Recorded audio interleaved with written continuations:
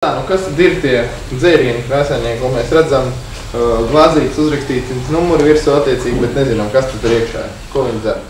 Jā, varbūt durvis aiztaisīsim ciet, lai viss nedzird. Jā? Tā, sadāk pretinieki klausās arī.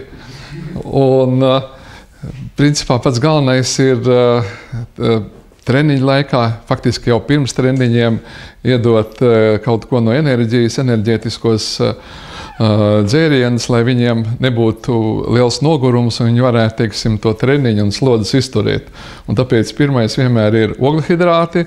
Tos mēs dodam nedaudz pirms treniņu laikā viņi var padzerties un faktiski tādu dubultu devu pēc treniņa. Jo, ja mēs oglehidrātus neiedodam atpakaļ uzreiz 15 minūtēs pēc treniņa, tad atjaunošanās pagarinās. Un tad otrs, kas ir vajadzīgs, tās ir aminoskābītes.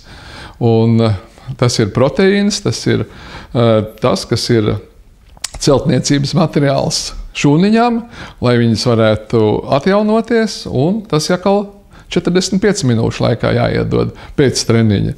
Un tāpēc mēs šo to sajaucam, vairāk mēs izmantojam tos enerģētiskos dzērienus, liekam klāt, tāds mums ļoti labi patīk no Giganta, ko mēs draudzējamies ar Unisports, un viņam ir ļoti labs sastāvs arī vēl ar taurīna minerāļu vielām un ar karnitīnu, un viņš arī garšīgs ir. Viņš sarkanā skaistā krāsā ir un visiem patīk viņu lietot. Bet cik tad daudz ir vajadzīgs tāds buņšs, lai vienam sportistam viss būtu labi, jo tomēr, vai katram ir atsevišķi kaut kāds savas lietas, kas vairāk vajadzīgs?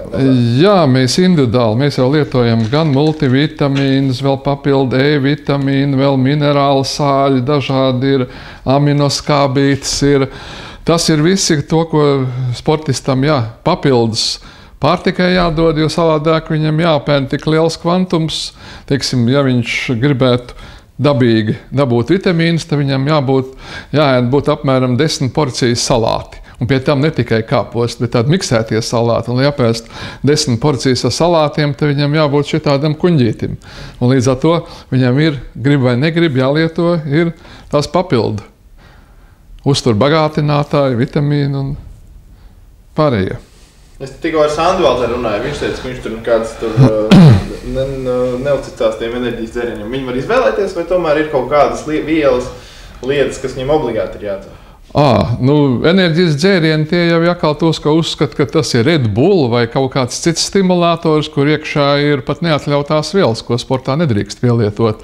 Un tad, ja iet uz vakarā uz diskotēku, tad jāizdzer kādi 4 Red Bull, un tad līdz rītam var ņemties. Bet sportā jau tas ir neatļauts paņēmiens. Un mēs lietojam visu tas, kas ir atļauts tikai. Bet viņam tāds Red Bull, jo viņš ir izdzēris, viņu pārbauda, tur uzrādās kaut kas un var dabūt? Viņi saka, ka te ir tā, ka jāuzticās ir, protams, ilgā laikā sadarbība ar firmām un tajos dzērienos, kas ir arī oglehidrāts un tādu tur arī var pielikt kaut ko stimulējošu klāt, lai tas dzēriens aiziet. Un tā ļoti daudz firmas, kas nāk iekšā Latvijā, viņi saka, tagad mums ir jauns tonizējošs ļoti labs dzēriens, un lai to izmēģina lieto, bet viņam nav antidopinga certifikāts. Un dopinga komisija viņi nav apstiprinājusi, ka tas ir labs. Līdz ar to pat basketbola starptautiskā federācija nerekomendē lietot dažādas uzturu bagātinātājus un šos tonizējošos dzērienus vispār. Vai jūs arī īpaši dodat kādam norādījumus, ko ēst, kā ēst, brokastīs, pusdienās, vakariņās, vai tomēr tā ir brīva sportistu izvēle, galvenais treniņos, tu vari paskriet, tad viss ir kārtībā? Tie sportisti, kas jau ir daudzas gadus nodarbojās, viņiem jau izstrādājies savs ierastais uztur režīms, un viņi pie tā arī pieturās. Bet mēs rekomendējam, teiksim, tos, kas ir to cukuru līmeni asinīs lēnām paaugstina, nevis uzreiz strauji daudz, un lai tā enerģija pietiek ilgākam laikam. Un tie uztur bagātinātāji, tie ir apmēram visiem iet vienādi, bet vienam pēc kilogramu, kam ir 120 kg, vai kam ir 70 kg, tā jau, protams, ir liela starpība. Vienam ir 2 reizes vairāk vajadzīgs pēc daudzuma. Un arī pēc tā mēs skatāmies, arī taisam asins analīzes un skatāmies, kādi ir tie veselības rādītāji, un pēc tiem komponentiem arī šo to mainam. Ja mēs neesam sportisti, vai mums arī parastam cilvēkam ir nepieciešama tāda uzturu bagātinātāja? Principā pat varētu, ja būtu labi sabalansēts uzturs, tad varētu iztikt arī bez. Vai minimāli ziemas laikā uz pavasari, tad, kad tai dabiskajos produktos tie vitamīni jau ir samazinājušies, tad uz pavasari trūkst, nu tad varētu drusku likt klāt. Bet tā ar sabalansētu uzturu vajadzētu pietikt. Jūs pats lietojat arī kopā ar sportistiem? Jā, nedaudz, pavisam nedaudz. Un man pat ir bijis tādi gadījumi, kad beidzās mums te izlasēja tāds intensīvais gatavošanās periods, paliek pāri pusbuņģiņi ar multivitamīniem. Nu, tad es viņus arī druscītī intensīvāk sāku dzert, un viņi nemaz nebija tik labi. Man efekts parādījās, pat izsitumi, pumpiņas un tam līdzīgi. Tas nozīmē, ka viņi man ir pa daudz.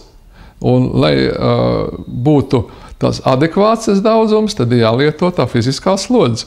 Es tūlīt sāku nodarboties arī ar vingrinājumiem ar slodzi, un visi efekti sliktie pazuda. Protams, es arī vairs nedzēru viņus.